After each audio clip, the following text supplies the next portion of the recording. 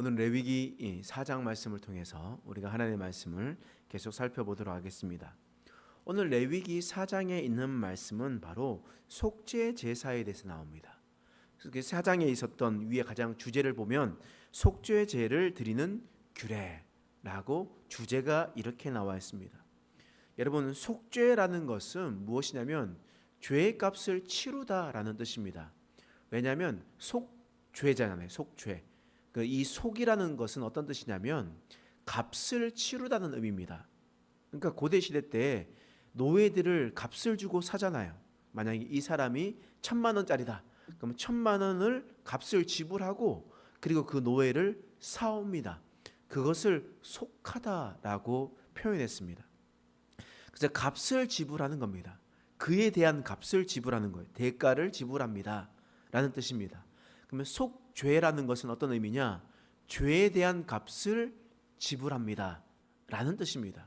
속죄, 속죄함, 속죄함.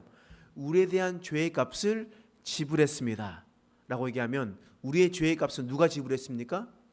예수님께서 지불해 주셨잖아요. 그래서 우리를 대신해서 속죄해 주셨다. 그래서 대속해 주셨다. 대신해서 값을 치러 주셨다. 내가 죽어 마땅하지만 그러나 예수님께서 나를 대신해서 값을 치러 주셨다. 이것이 바로 속죄입니다. 그래서 오늘은 속죄에 대한 얘기를 하고 있습니다.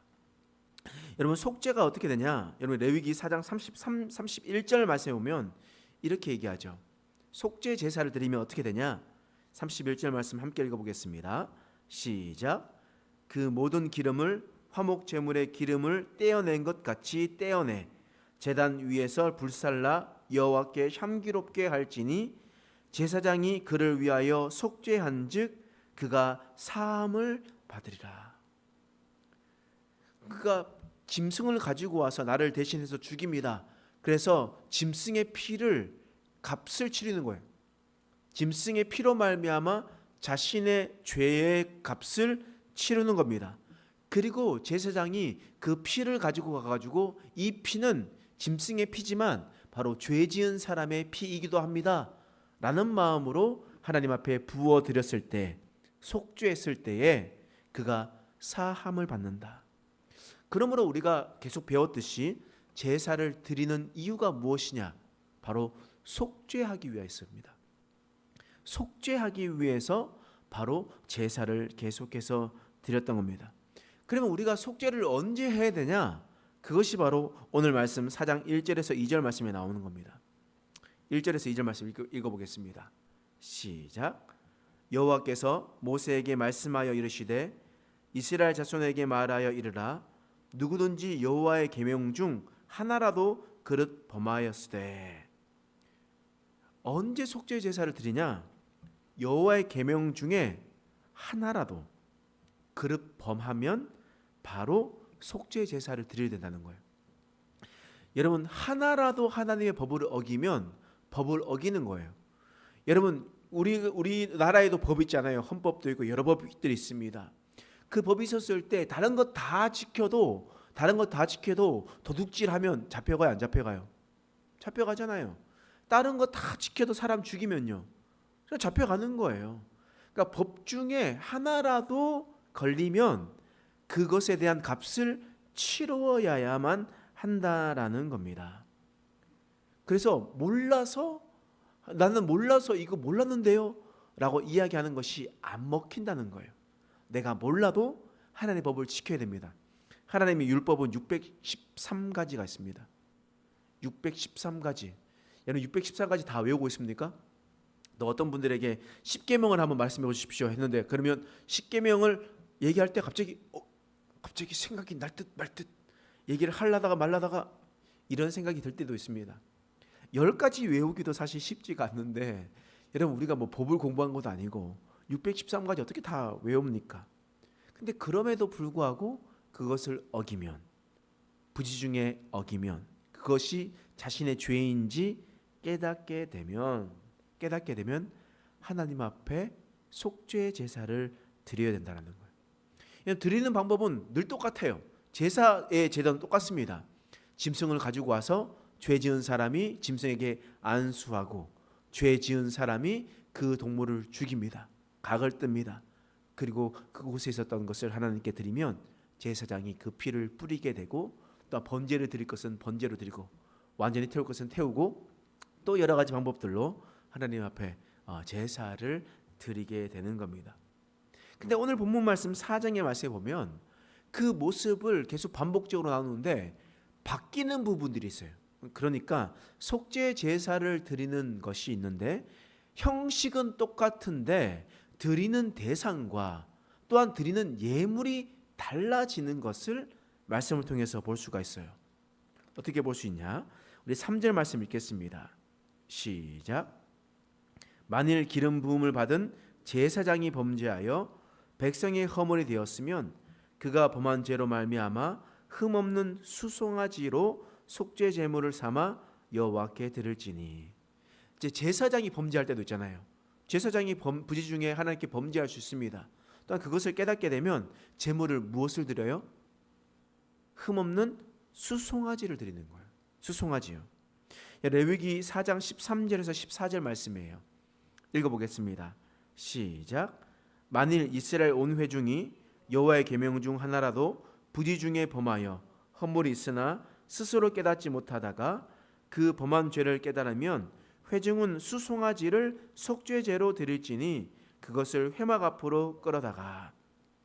그러니까 이스라엘의 온 회중이에요. 온 회중. 그러니까 제사장이 잘못하면 수송아지를 드리죠. 그리고 이스라엘 회중이 잘못하면, 그러니까 단체적으로 하나님 앞에 잘못하고 거역하고 거짓말하고 우상 숭배하고 뭐 이런 것들이 하게 되었을 때에 어떻게 되냐? 수송아지를 하나님 앞에 드리는 겁니다. 하나님께 드리는 거예요. 여러분 레위기 4장 22절에서 23절 말씀이에요.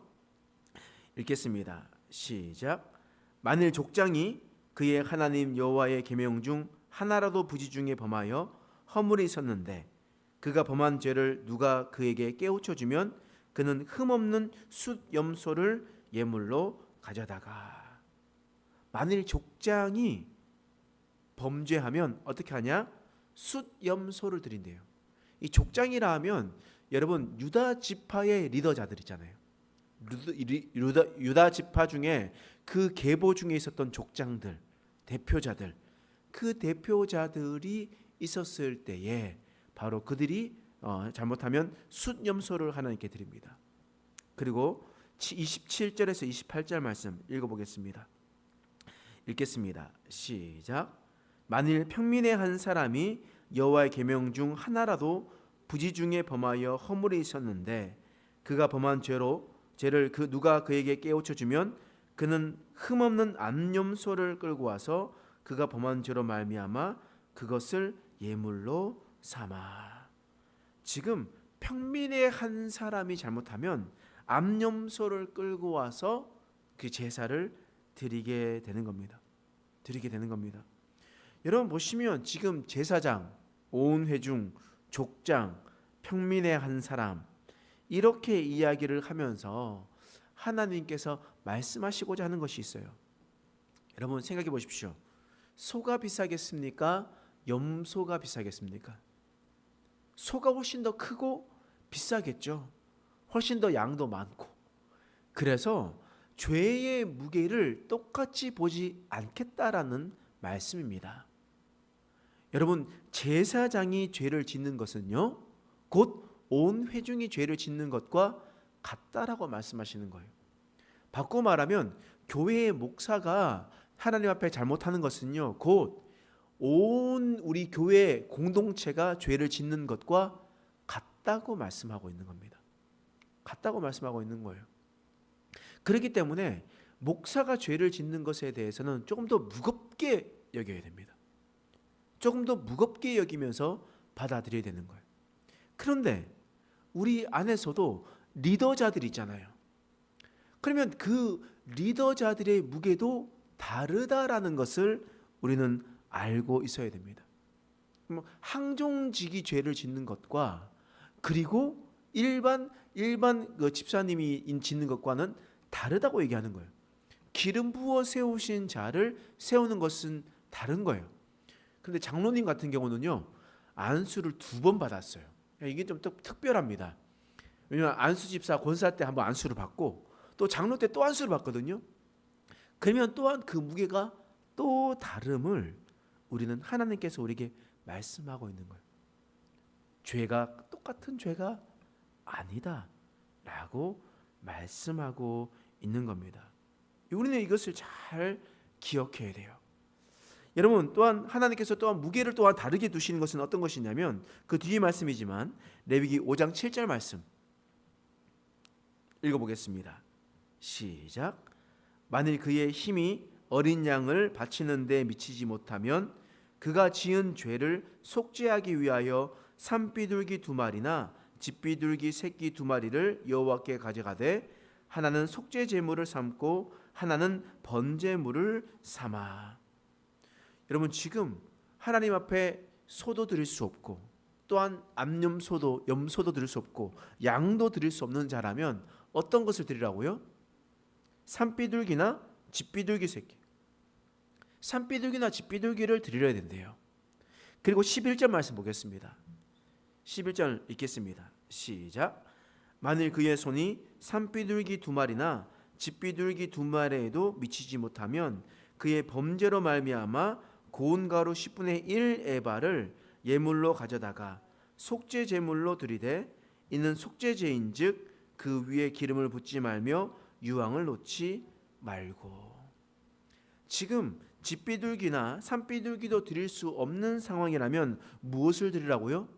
고운 가루 10분의 1 에바, 그러니까 식물 소재로 드릴 수 있는 약 2.2리터 정도의 양의 곡식을 가지고 와서 반드시 하나님께 드려서 그것으로라도 피를 흘리지 못하더라도 그것으로 속죄 제사를 드려라라고 말씀하고 있습니다.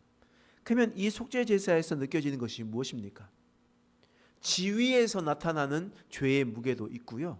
또 하나님께서 보셨을 때에 돈을 얼만큼 가지고 있느냐, 그가 얼마나 능력을 가지고 있느냐에 따라서 달라질 수 있다라는 겁니다. 그럼 이게 꼭 돈에 대한 문제가 아닐 수 있겠죠. 하나님께서 우리에게 각자 주신 재능들이 있을 거 아니에요. 하나님께서 나에게 주신 재능들이 엄청나게 큰데 그 재능으로 말미암아 하나님 앞에 영광 돌리지 않고 사기를 쳤다면 어떤 모습이 되겠습니까? 하나님께서는 그것을 다르게 두겠다라는 거예요. 그래서 여러분들 재능 많은 사람들 너무 부러워하지 마세요.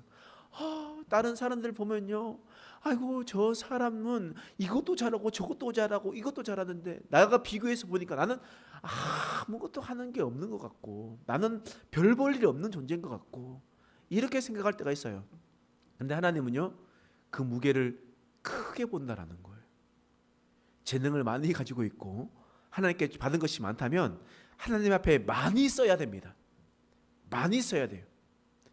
근데 그렇지 않고 내가 가지고 있는 것만큼 하나님께서 하나님 보신다면 우리는 그 정도 쓰면 되는 겁니다. 그래서 남을 부러워할 필요 없어요. 자신의 그릇만 잘 생각하면 됩니다. 내가 밥 공기면 밥을 계속 퍼넘기면 돼요. 내가 초장 그릇이면요, 어쩌다가 한번 회 먹을 때 초장 그릇을 사용되면 됩니다. 그것으로 만족하면서 하나님 보시기에 사용되면 되는 거예요. 그런데 그렇지 못했을 때는 하나님은 그 무게를 다르게 볼 것이다 말씀하고 있습니다.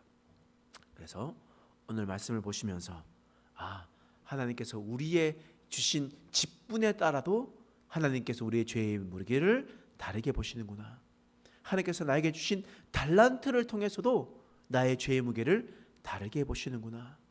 내가 그것을 통해서 내가 하나님께 영광 돌릴 수 있는 자, 하나님의 주의 계명을 지킬 수 있는 자로 살아가야겠다 결단하는 저와 여러분 되시길 간절히 소망합니다. 기도하겠습니다. 하나님, 오늘 말씀을 통해서 죄의 무게를 알게 하신 것 감사합니다. 속죄를 하려면, 죄의 값을 치르려면 하나님 맡은 직분에 따라, 맡은 달란트 가진 것에 따라 주님께서는 다르게 보신다 말씀하셨습니다. 우리가 이것을 엄중히 받아들이게 하시고 그 엄중한 말씀 가운데 하나님의 말씀을 하나님의 말씀을 순종하며 나갈 수 있는 자 될 수 있도록 도와주시옵소서. 직분이 맞다면 직분에 맞는 대로 행동하게 하시고, 우리가 주님께서 주신 것들을 통하여 하나님께 영광을 돌릴 수 있고 귀하게 사용할 수 있는 자들로 성장할 수 있도록 도와주시옵소서. 감사드리며 예수님의 이름으로 간절히 기도드립니다. 아멘.